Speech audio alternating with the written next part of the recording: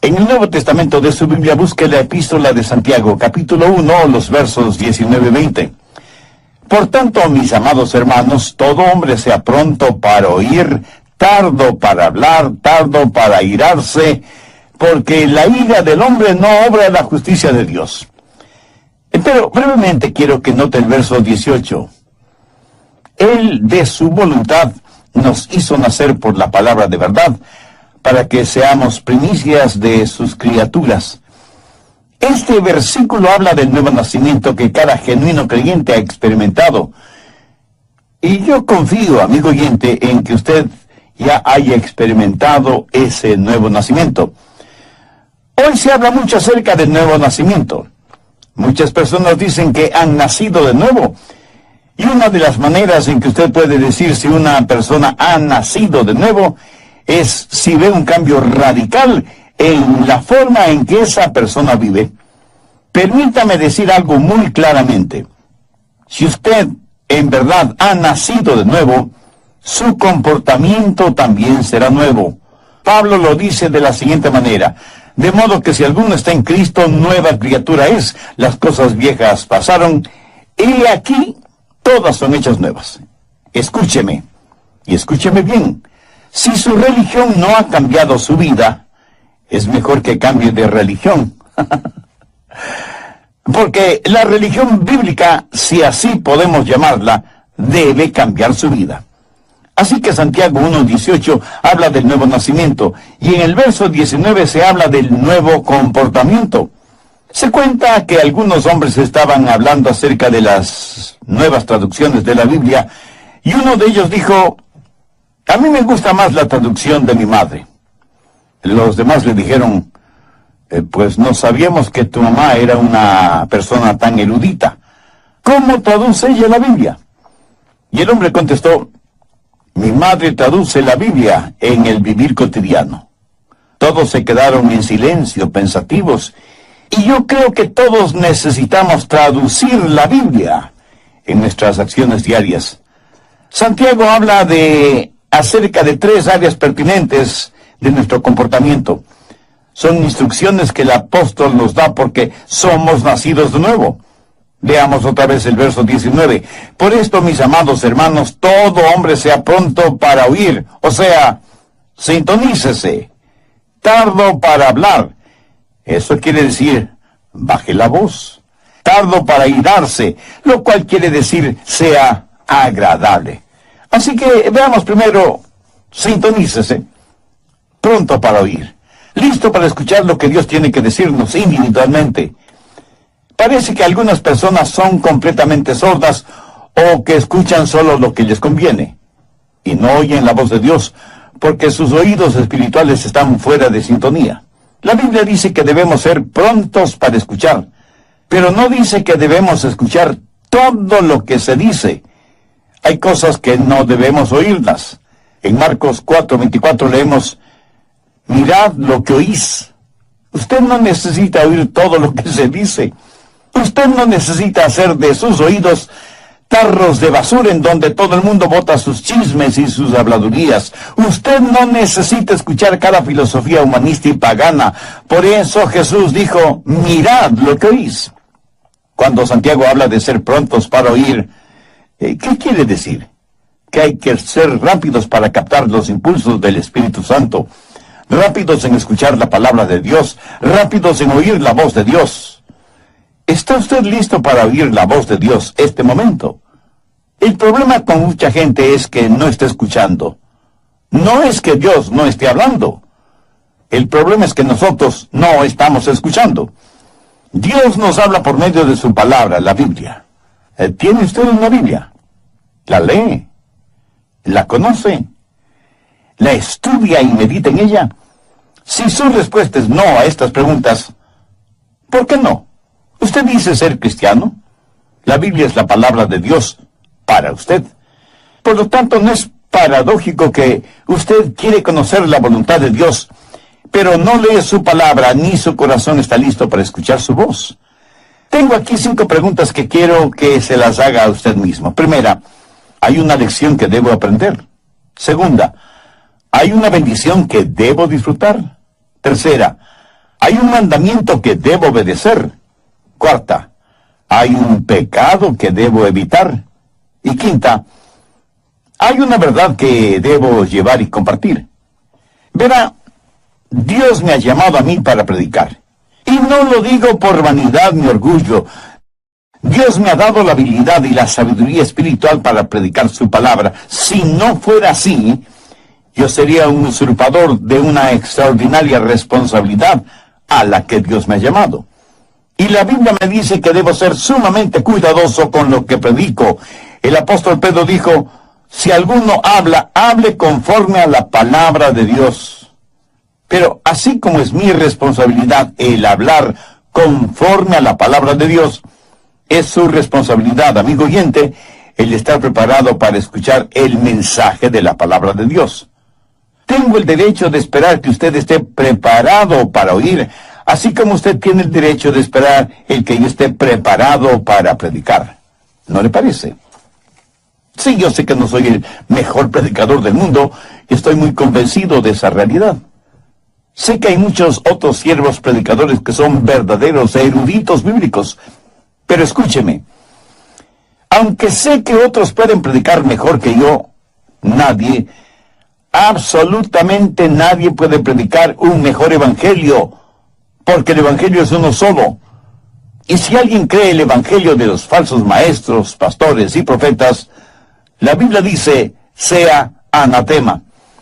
Dios habla por medio de las Escrituras. Dios habla por medio de mensajes como este que está escuchando. Dios habla por medio de su Espíritu Santo. Por eso la Biblia dice, el que tenga oídos para oír, oiga. Muchos no han aprendido a estar quietos y a escuchar lo que Dios diga en los momentos de meditación, de devociones personales. Ahora tengo una advertencia. Cuando usted tiene realmente su momento devocional con Dios, el diablo le atacará con toda la artillería del infierno, porque él no quiere que usted tenga esa comunión espiritual, ese compañerismo íntimo con Dios. Él no quiere que usted aprenda a decir, habla, Señor, que tu siervo escucha. ¿Le gusta a usted conversar con alguien que acapara la conversación? Muchos de nosotros somos egoístas cuando se trata de la oración. En vez de tratar de escuchar a Dios, queremos, casi demandamos que Dios nos escuche. En la sociedad actual en la cual vivimos, nos hemos llenado de tanto ruido infernal y mundano que casi desconocemos lo que es un tiempo de quietud, de silencio en la presencia de Dios. Y cuando visitamos Israel, al cruzar por unos campos de pastoreo, el guía nos dijo, a estos campos vienen los pastores con sus ovejas para que se alimenten, exactamente como lo hacían los pastores hace ya más de 2000 años, pero con una diferencia. Los pastores de antaño por lo general tenían una flauta, en la cual interpretaban hermosas melodías mientras las ovejas se alimentaban. Hoy en día tienen radios transistores y iPods para escuchar lo que se les antoja escuchar, sea bueno o malo. Y yo, sonriendo, pensé, si David hubiera tenido uno de estos modernos inventos, estoy seguro que no hubiera escrito el Salmo 23. Santiago, en primer lugar, nos dice que el nuevo nacimiento da como resultado un nuevo comportamiento, que debemos estar sintonizados a la voz de Dios y que debemos ser prontos para oír. En segundo lugar, dice que debemos ser tardos para hablar. No solo que debemos estar sintonizados, sino que debemos pensar antes de hablar. ¿Por qué? Porque la verdad es que en general hablamos demasiado. Abrimos muchas cosas por equivocación, pero no tan frecuentemente como la boca. Es como si el apóstol estuviera diciendo, no hablen tanto como están acostumbrados a hacerlo. Busque Proverbios 10:19. En las muchas palabras no falta pecado, mas el que refrena sus labios es prudente. Matemáticamente existe la posibilidad de que mientras más hable, más pronto está a pecar con su boca. En Proverbios 17:27 y 28 leemos, el que ahorra sus palabras tiene sabiduría, Aún el necio cuando calla es contado por sabio. El que cierra sus labios es entendido. Muchos de nosotros nos metemos en problemas cuando hablamos. Por eso es mejor tener la boca cerrada. Eclesiastés 5:3 dice, porque de la mucha ocupación viene el sueño, y de la multitud de palabras la voz del necio. Mientras más una persona habla, a veces más proclama la necedad de su corazón. Alguien dijo que es mejor tener la boca cerrada y dejar que los demás piensen que uno es un tonto, que comenzar a hablar y remover cualquier duda al respecto. Los rabinos suelen decir y señalar que el hombre tiene 2 oídos y una boca. Los oídos siempre deben estar abiertos y la boca cerrada, reteniendo en esa bóveda, tras los barrotes de marfil que son los dientes, a la lengua. Debemos escuchar 2 veces más de lo que hablamos, pero la realidad es todo lo contrario. Mateo 12:36. Mas yo os digo que de toda palabra ociosa que hablen los hombres, de ellas darán cuenta en el día del juicio. Escuche, Jesús no está diciendo que no debemos tener conversaciones agradables o compartir un momento de humor sano. Él habla de palabras improductivas, denigrantes, hirientes, groseras, maldicientes. En Santiago 2:17 leemos, así también la fe, si no tiene obras, es muerte en sí misma. La palabra muerta en este versículo es la palabra ociosa de Mateo 12:36. ¿Qué quiere decir esto? Que es improductiva, que no contribuye para nada, que es desanimadora en vez de edificadora. Prácticamente lo que Jesús dice es que si las palabras que decimos no ayudan, no edifican, sino que más bien son destructivas, y que de cada una de esas palabras daremos cuenta en el día del juicio. Aún el humor adecuado puede ser usado para romper el hielo en cualquier reunión, y puede ser agradablemente beneficioso. Pero el humor usado como burla o sarcasmo es denigrante. Dios no quiere que seamos agresivos ni groseros usando el humor. A veces hablamos de las cosas sagradas con labios mundanos y profanos. En el capítulo 13 de Mateo, los fariseos habían acusado a Jesús de que echaba fuera a los demonios por el poder de Beelzebú, el príncipe de los demonios. Por eso Jesús dio una advertencia. No es una advertencia contra palabras sabias y edificantes, sino contra palabras acusatorias dichas seriamente. ¿Ha pensado alguna vez en el daño que causan las palabras necias? ¿Sabe cuántos hogares han sido destrozados por palabras y expresiones inconvenientes? ¿Cuánta gente inocente ha sido enviada a la cárcel por las palabras deshonestas o el testimonio falso de otros? ¿Cuántos corazones han sido destrozados por promesas o palabras falsas? ¿Cuántas iglesias se han dividido por las palabras de unos contra otros? ¿Cuántas almas se han perdido porque la gente no ha aprendido a controlar sus lenguas? Una de las marcas de una persona nacida de nuevo es que su lengua está bajo el control del Espíritu Santo. Y la misma Biblia, que nos dice que seamos prontos para escuchar, nos dice que debemos ser tardos para hablar. Y las dos cosas son mutuamente incompatibles. Hay una antigua rima infantil que dice, el viejo búho vivía en un roble, mientras más veía, menos hablaba. Mientras menos hablaba, más escuchaba. ¿Y por qué no podemos ser como ese viejo búho? ¿Lo ve?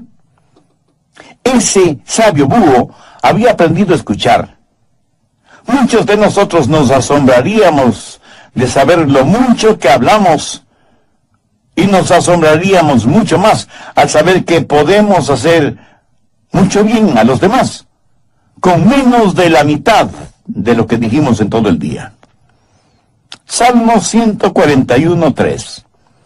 Pon guarda a mi boca, oh Jehová, guarda la puerta de mis labios. Esta es una sabia manera de pedir ayuda a Dios para controlar sus palabras, de estar consciente de las cosas que dice. Entonces, Santiago hace énfasis en que las marcas de un nuevo cristiano son, primero, el que haya nacido de nuevo; segundo, que sea pronto para escuchar; y tercero, que sea tardo para hablar y para airarse. No solo debe estar en sintonía y bajar la voz, sino que debe ser agradable. Y el ser agradable no es más que la suma, el amalgamiento de las dos primeras características.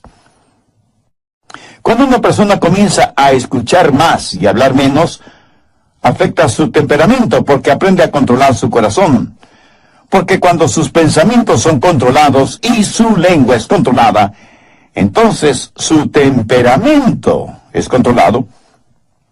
Por eso Santiago dice que debemos ser lentos para la ira. Tal vez los jovencitos modernos no sepan lo que ira significa. Sencillamente significa perder control de su temperamento. Por eso la advertencia de ser lentos para airarse. Nunca debemos perder nuestro temperamento. Pero ¿sabe una cosa? En verdad no es que perdemos nuestro temperamento. Más bien, lo encontramos. La Biblia nos dice que nunca debemos enojarnos. Y quiero que entienda esto muy claramente. Veamos lo que dice Efesios 4:26. Airaos, pero no pequéis. Es pecado cuando su enojo se transforma en ira. Jesús se enojó, pero no pecó. Algunos piensan que Jesús nunca se enojó. Algunos piensan de él como si hubiera sido un robot espiritual, con leche en vez de sangre en sus venas. Jesús, el Dios hombre y el hombre Dios, se enojó. Busque Marcos 3:5. Entonces, mirándoles alrededor con enojo, entristecido por la dureza de sus corazones, dijo al hombre: extiende tu mano. Y él la extendió, y la mano le fue restaurada, sana. ¿Lo notó? Lo que enojó a Jesús fue la dureza del corazón de ellos frente al dolor y la necesidad de otros seres humanos. Ahora escúcheme muy atentamente. Algo no está bien con usted si es que algunas cosas no le enojan. Pero tenga cuidado. La Biblia dice, airaos, pero no pequéis.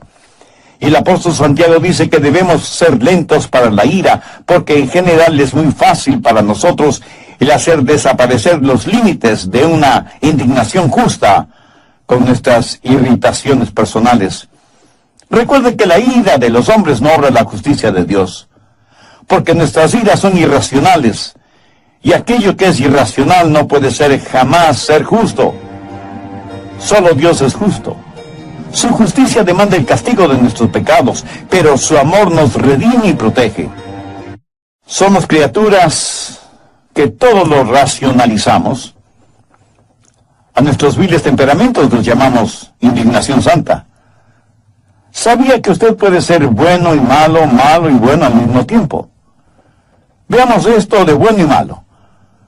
Asegúrense de que los siguientes tres elementos estén presentes. Primero, que su enojo sea por una razón justa. Verá, por lo general nos enojamos cuando nos empujan, o cuando creemos que nuestros derechos no son quitados, o cuando alguien nos ofende, o alguien se mete bravuconamente delante de nosotros en una fila. Ah, cómo nos enojan esas cosas, ¿verdad? Ahora, aunque en la Biblia leemos que Jesús se enojó, su enojo siempre fue justificado. No hay ninguna expresión derogatoria contra otras personas, excepto los fariseos y los publicanos. Pero cuando Jesús en forma personal fue maltratado, insultado, golpeado y finalmente crucificado, jamás pronunció una palabra de enojo. Más bien desde la cruz dijo a su Padre que perdonara a aquellos que le hicieron lo que le hicieron, porque no sabían lo que hacían. La mayoría de nosotros nos enojamos cuando alguien nos hace daño. Jesús se enojó cuando vio sufrir a otros seres humanos. Cuando usted se enoje, asegúrese de que su enojo es justo y por la razón adecuada. Segundo, que su enojo sea por una causa justa. Jesús, por lo general, no se enojó con los individuos porque él amaba a las personas. Jesús se enojó contra instituciones y ritos y pecados, no contra el pecador. Usted puede enojarse por el daño que le han hecho, pero no contra quienes le hicieron ese daño. Pero eso es exactamente lo que hacemos. Nos enojamos con las personas. Y si bien es cierto que Jesús se enojó frente a corazones endurecidos y demostró físicamente su enojo contra los que habían hecho de la casa de su padre un mercado de ladrones, sin embargo, él fue compasivo y tierno con aquellos que estaban esclavizados por sus pecados. Tanto es así que le llamaron amigo de pecadores. Permítame decir algo a los jóvenes predicadores que seguramente están escuchando este programa. Espero que en sus ministerios ustedes prediquen contra el licor, drogas, pornografía, homosexualismo y todo lo demás, pero que lo hagan con firmeza y con convicción, no carente de compasión.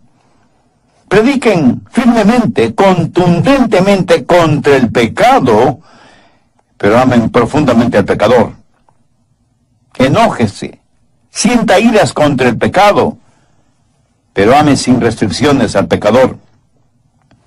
Porque eso es exactamente lo que el Señor Jesucristo hizo, y nosotros, si somos hijos suyos, no debemos hacer menos. Jesús se enojó por la razón justa y por la causa correcta. En tercer lugar, se enojó de la manera adecuada. Su enojo le hizo parte de la solución, sin agrandar más el problema. Mi amigo, cuando usted pierde su temperamento, de ninguna manera podrá ser parte de la solución, sino que se vuelve parte del problema. Recuerde que, como dice Santiago, la ira del hombre no obra la justicia de Dios. Cuando es el enojo de Dios, cuando el enojo es santo, entonces la justicia de Dios hará su obra. Es mejor aprender que cuando levantamos nuestra voz, también debemos levantar nuestras manos y hacer algo acerca de la situación. No se requiere ser muy inteligente para criticar.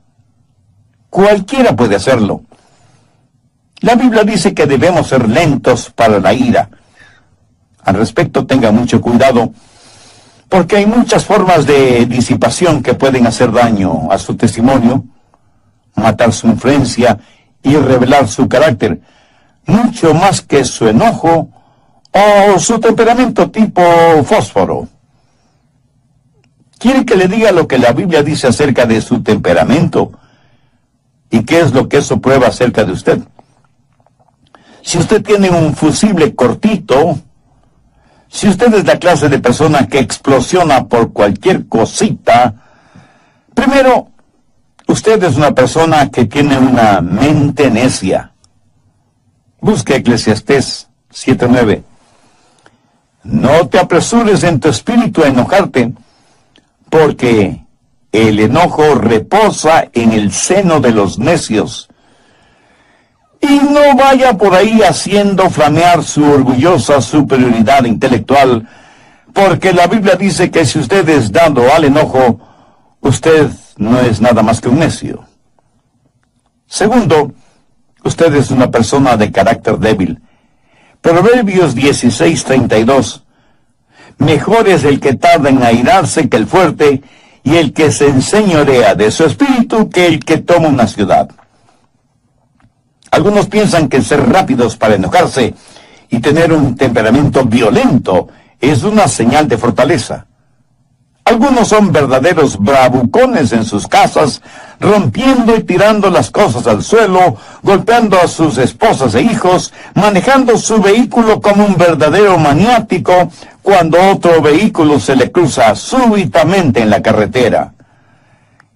Lo que usted considera una señal de fortaleza En realidad es un signo de infantilidad, de falta de madurez. Actúa como un bebé con un ataque temperamental. ¿Qué es lo que dice Eclesiastés 16:32?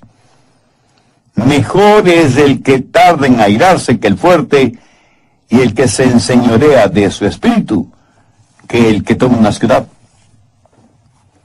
Cuando usted se enoja y pierde el control, está abriendo la puerta a toda clase de pecados que normalmente no los cometería. Dice cosas que usted sabe que no debe decirlas, y hace cosas que usted sabe no debe hacerlas. Busque Proverbios 29:22. El hombre iracundo levanta contiendas, y el furioso muchas veces peca. Cuando usted está furioso, sus pecados se van a multiplicar más de lo que usted piensa. Hará cosas negativas que ya no podrá deshacer. Dirá palabras que usted haría lo que fuera para no haberlas dicho. El momento que usted pierde su ecuanimidad mental, pierde el control de sus palabras y de sus acciones. Pero esto no le disculpa ni justifica delante de Dios. El hombre iracundo levanta contiendas y el furioso muchas veces peca. Alguien dijo que el enojo es como una piedra lanzada contra un nido de avispas. La analogía es clara y contundente.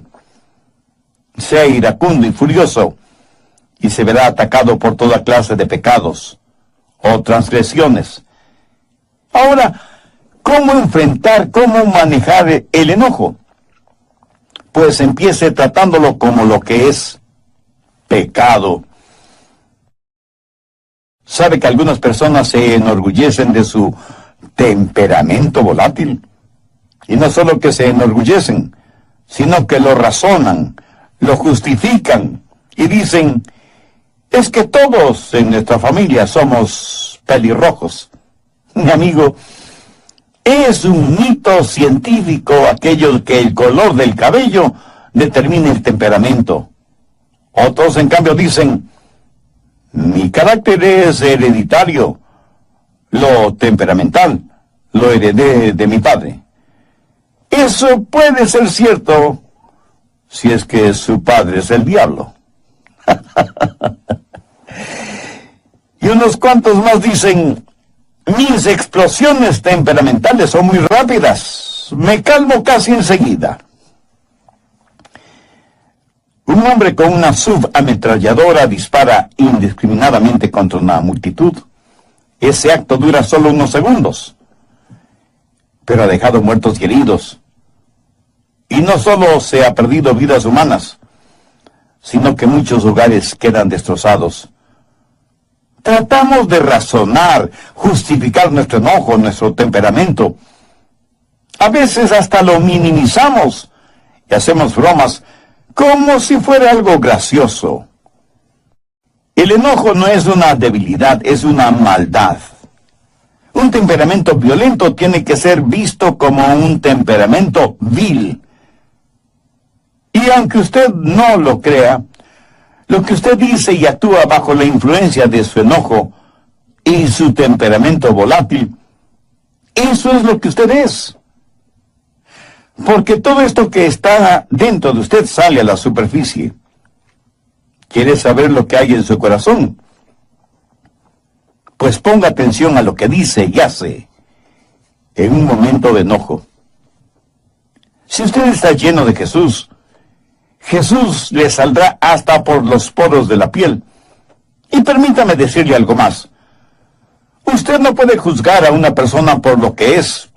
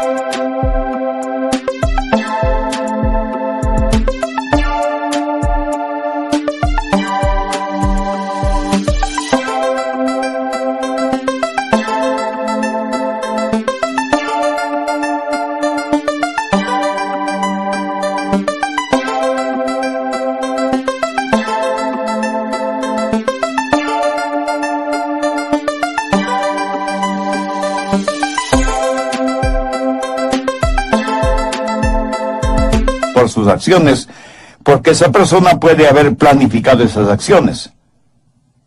Pero mire sus reacciones a las cosas que no ha planificado, y usted sabrá con toda certeza de qué está llena esa persona. La única manera de controlar un temperamento descontrolado es teniendo el corazón lleno de Jesucristo. Como usted ya se habrá dado cuenta, Santiago es eminentemente práctico al aconsejar. Y aquí encontramos una pequeña pero fuerte cadena de 3 eslabones: sintonizar, bajar la voz y ser agradable. Verá, cuando comienzo a escuchar, cuando dejo de monopolizar la conversación, entonces aprendo a controlar mi temperamento, porque mis pensamientos y mis palabras tienen una forma de animar mi espíritu. ¿Sabía que usted puede animar a su espíritu con sus propias palabras? ¿Sabe que cuando verbaliza cosas buenas, usted se siente bien? Y que cuando verbaliza cosas negativas, usted se siente mal. Muchos de ustedes, si tienen la tendencia a argumentar con su cónyuge, por lo menos sea cuidadoso o cuidadosa con sus palabras. Se sorprendería al saber cómo sus palabras controlan su espíritu. Muchas veces hablamos sin pensar, pero después de que hemos dicho ciertas palabras, la palabra áspera hace subir el furor. Así que cuando escucha más y habla menos, descubrirá que tiene más control sobre su espíritu. Una palabra descomedida puede empezar un pleito. Una palabra cruel puede arruinar una vida. Una palabra amarga puede inyectar veneno. Una palabra brutal puede aniquilar una vida. Una palabra comedida será como un remedio. Una palabra gozosa puede iluminar el día. Una palabra a tiempo puede sanar heridas. Una palabra de amor es una palabra bendecida. Y todo esto es posible porque hemos nacido de nuevo. Todo es posible por medio del Señor Jesucristo. Mi amigo, escúcheme. Jesucristo no vino para hacernos personas buenitas. Él vino para hacernos nuevas criaturas. Y estas cosas de las que habla Santiago son los frutos de una persona nacida de nuevo. ¿Ha nacido usted de nuevo? ¿Ha recibido a Cristo en su corazón como Salvador y Señor? El que usted trate de controlar por usted mismo su temperamento es como si usted estuviera tratando de controlar un barril de pólvora en el infierno, o como tratar de controlar su lengua con pegamento, o sus pensamientos sin el Espíritu Santo. Entonces, primero, usted necesita una nueva naturaleza, necesita nacer de nuevo. Dios le ama y tiene un plan para su vida. Jesús está llamando a la puerta de su corazón porque quiere darle nueva vida y hacerle una nueva criatura. Hace años en el río Mississippi, uno de sus puentes debía ser levantado para permitir el paso de los barcos. El hombre que estaba a cargo de ese puente tenía un trabajo muy importante: mover palancas, girar manijas, apretar botones para poner en funcionamiento los engranajes del puente para levantarlo y bajarlo nuevamente. El puente se movía sobre sus enormes bisagras para permitir el paso de barcos. Luego el encargado bajaba el puente para permitir el paso de los vehículos y los peatones. Un día el hombre trajo a su hijito, quien quería ver qué es lo que hacía su papá y cómo es que el puente trabajaba. El papá hizo su trabajo y los engranajes comenzaron a moverse y a levantar el puente para permitir el paso de un gran barco. Luego tenía que bajarlo rápidamente porque se aproximaba un tren de pasajeros. Pero cuando el puente estaba bajando, su hijito cayó a las aguas del río. El niño gritaba pidiendo que su papá le ayudara. El hombre sabía que no podía abandonar su puesto de trabajo, ni mucho menos los controles del puente. Si lo hacía así, el tren de pasajeros que se acercaba se descarrilaría y se hundiría.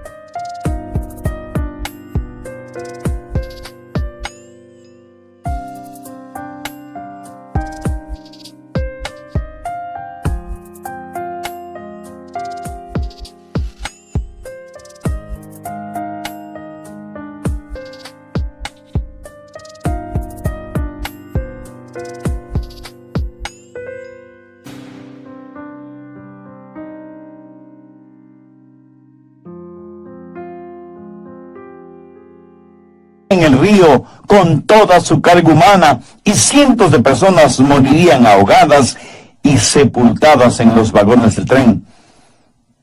El hombre tuvo que tomar una decisión. Se quedó en los controles, bajando el puente para que el tren pudiera pasar con seguridad, mientras con el corazón destrozado veía a su pequeño hijo desaparecer en las aguas del río. Nunca encontraron el cadáver del niño. Y cuando escuché esta historia, pensé en todas las personas que estaban en el tren, que vieron al hombre manejando los controles del puente, que agitaron sus manos y le sonrieron, y que nunca supieron el precio que ese hombre tuvo que pagar para salvarles. Espero que usted no haga eso con Dios. Agitar la mano y sonreírle. Quiero que sepa que Dios puso a su Hijo Jesucristo en la cruz para que usted pueda cruzar con seguridad de la tierra al cielo. Quiero que sepa que Dios ama de tal manera al mundo, y aquí estamos usted y yo incluidos, que dio a su Hijo unigénito para que pagara el precio de la culpa de sus pecados. No los de Jesús, porque Él nunca pecó, sino sus pecados, para que usted sea salvo si deposita su fe y su confianza en Él. Dios le ama y quiere salvarle, y por eso le ha permitido a usted escuchar este mensaje, y a mí me ha permitido el comunicárselo. Si usted recibe al Señor Jesucristo como su Salvador, Él le perdonará sus pecados, vendrá a morar en su corazón por medio del Espíritu Santo, le dará una nueva naturaleza y un día le llevará al cielo para que siempre esté con Él. Mientras tanto, pídale que Él le ayude a ser la clase de persona que Él quiere que usted sea. Pídale que le haga un instrumento útil y de bendición en sus manos, y nunca se avergüence de Él o de su palabra. Y agradezca todo esto en el nombre